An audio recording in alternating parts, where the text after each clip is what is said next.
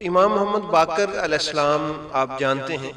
کہ جب امام حسین علیہ السلام کی پاک اس نورانی زندگی میں آپ کی ولادت ہوئی تو کیا شان ہے کہ آپ کے کان میں اذان بھی امام حسین علیہ السلام نے خود سنائی. تو بڑی شان ہے ایک عام آدمی کا اذان کہنا اور پھر امام حسین علیہ السلام کا اذان کہنا. یہ بڑی شان ہے امام محمد باقر علیہ السلام کی. آپ کا نام تو محمد تھا لیکن آپ کا لقب باقر، یہ جس طرح آپ پڑھتے ہیں سورہ بقرہ میں، یہ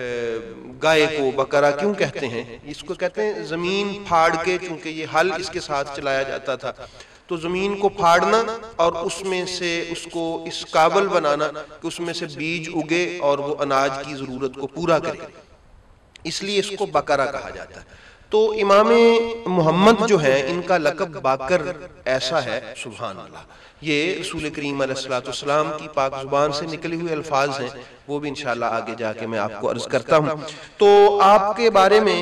جو محدثین ہیں انہوں نے لکھا کہ کان الباقر عالما سیدا کبیرا وانما قیل له الباقر لانه تبقر فی العلم، کہ آپ عالم ہیں، سید ہیں، بڑے ہیں، کبیر ہیں، شیخ ہیں، اور آپ کا نام یہ باقر اس لیے ہے کہ آپ نے علم کو پھاڑ پھاڑ کے اس کی تہوں میں سے نکال نکال کے لوگوں کے سامنے ظاہر کیا. یعنی علم کی فراوانی کی وجہ سے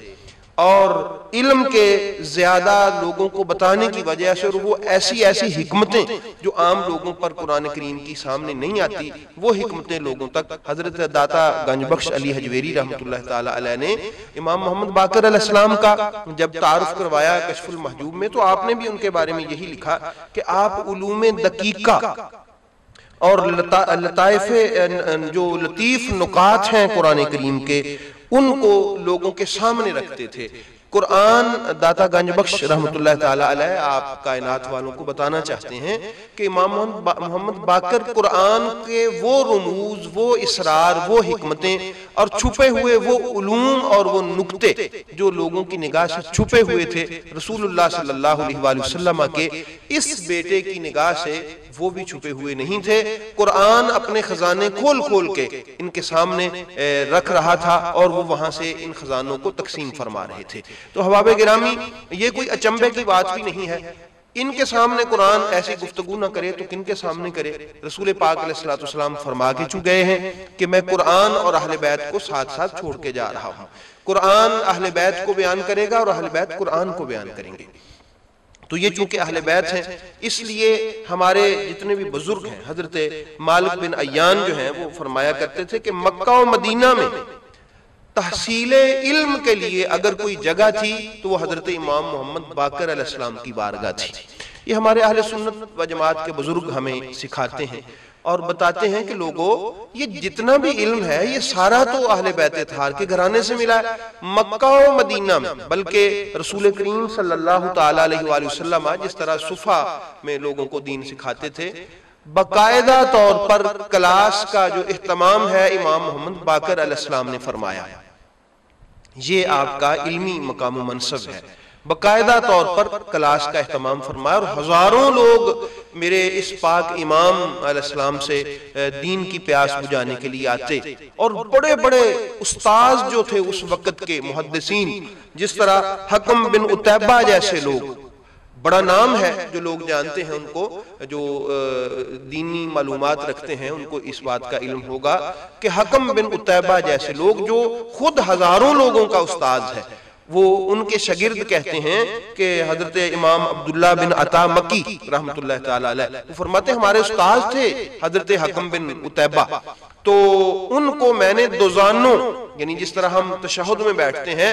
یوں امام محمد باقر علیہ السلام کے سامنے علم کی منزلیں حاصل کرتے ہوئے دیکھا ہے اور پروان چڑھتے ہوئے دیکھا. وہاں جا کے قرآن و حدیث سیکھتے تھے. ایسی شان تھی یہ جو ہمارے بزرگ ہیں ان کی. اور ایک اعلیٰ قسم کا معاملہ یہ ہے کہ باقاعدہ طور پہ جنات بھی حضرت امام محمد باقر علیہ السلام کے پاس تعلیم لینے کے لیے آتے. ہزاروں جنات، جس طرح رسول کریم علیہ السلام کی وہ بات ہے کہ حضرت عبداللہ ابن عباس فرماتے ہیں کہ کبھی کبھی رسول اللہ صلی اللہ علیہ وآلہ وسلم باہر تشریف لے جاتے اور جنات ہزاروں لاکھوں کی تعداد میں مختلف شکلوں میں رسول کریم علیہ السلام کے پاس تشریف لاتے اور آ کے علم حاصل کرتے۔ اسی طرح رسول اللہ صلی اللہ علیہ وآلہ وسلم کے اس بیٹے کے پاس بھی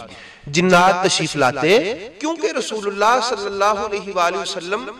ساری مخلوق کے نبی ہیں اور رسول اللہ صلی اللہ علیہ وآلہ وسلم کے بعد یہ جانشین ہیں رسول پاک صلی اللہ علیہ وآلہ وسلم کے، تو رسول پاک علیہ السلام کی جانشینی کا تقاضا بھی یہی تھا کہ جیسے جنات کو انسانوں کو دین سکھایا جائے، ایسے ہی دوسری مخلوقات بھی اگر دین سیکھنا چاہتی ہیں تو ان کو بھی دین سکھایا جائے۔ یہ تو ان کا فرائض منصبی میں سے ایک فرض تھا، تو باقاعدہ طور پہ جنات بھی امام محمد باقر علیہ السلام کے پاس آتے اور ان سے دین سیکھتے اور ان کے قدموں میں بیٹھتے۔ یہ شان کس کو نصیب ہوگی؟ کون ہے ایسا استاد، جاؤ جا کے ڈھونڈ کے لائیں، کہ جو باقاعدہ طور پہ جنات کی کلاس کا بھی اہتمام کرتا ہو۔ انسانوں کی کلاس کا تو اہتمام کیا گیا اور کرتے ہیں لوگ، لیکن انسانوں کو بھی علم یہاں سے ہی نصیب ہوا۔ یہ بات کوئی نہ مانے تو اس کی مرضی ہے،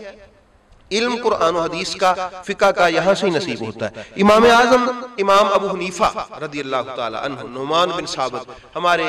فقہ کے امام ہیں، ہم حنفی ہیں، تو انہوں نے مکہ مکرمہ میں حضرت امام محمد باقر علیہ السلام سے ملاقات کی، اور ملاقات کے دوران قرآن کریم کے حوالہ سے کچھ سوالات کیے، کچھ تشنگی تھی وہ بجھائی، اور ان کے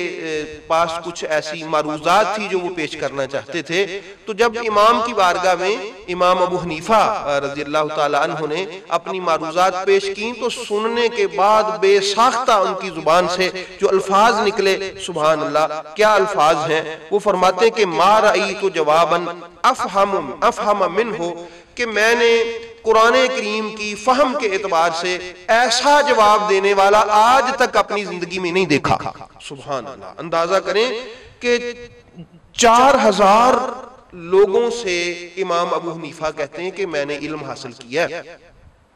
4000 لوگوں سے رسول پاک کا دین سیکھا ہے، 4000 لوگوں سے، لیکن جب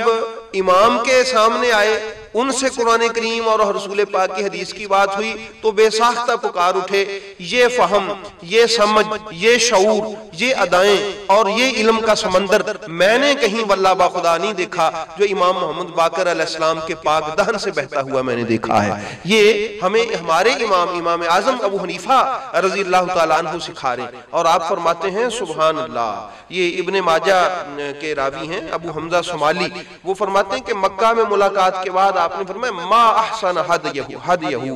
وسمتہ وما اکثر فقہہ۔ آپ فرماتے ہیں سبحان اللہ، امام کے پاک زبان سے جاری ہونے والی ہدایت ایسی خوبصورت ہدایت ہے، یہ امام اعظم کے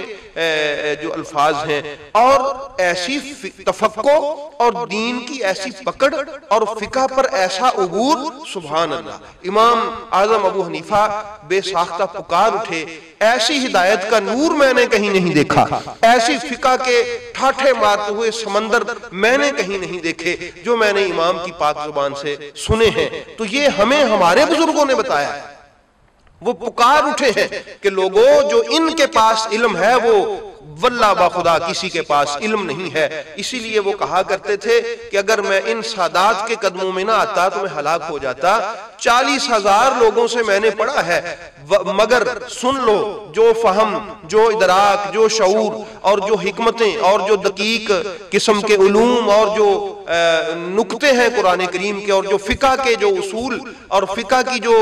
گہرائیاں ہیں جو میں نے امام کے قدموں میں آ کے دیکھی ہیں، وہ مجھے واللہ باخدا کہیں اور نظر نہیں آتی۔ اس لیے احباب گرامی، حضرت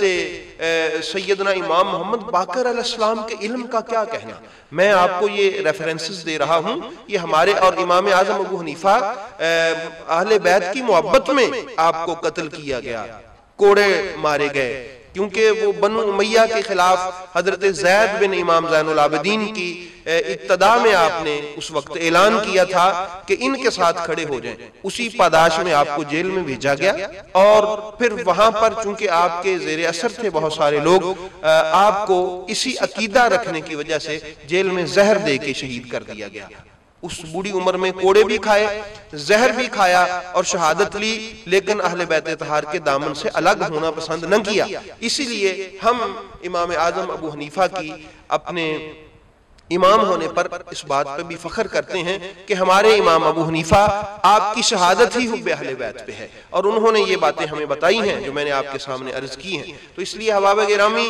ہمارے بزرگ تو وہ تھے جو اہل بیت اطہار کی شان میں جب بولتے تھے تو یوں بولتے تھے کہ لوگوں بڑا بڑا لوگوں کو دیکھا لیکن امام جیسا کائنات میں کوئی نہیں ہے، بڑے بڑے علم والے دیکھے ان جیسا علم کہیں نہیں ہے، اسی لیے آپ کا نام نامی محمد باقر تھا۔ تو کہنے کے لیے بزرگان دین نے بہت کچھ کہا، تو اس حوالہ سے بس اسی پہ میں اکتفا کروں گا، یہ آپ کا تھوڑا سا علمی تعارف تھا۔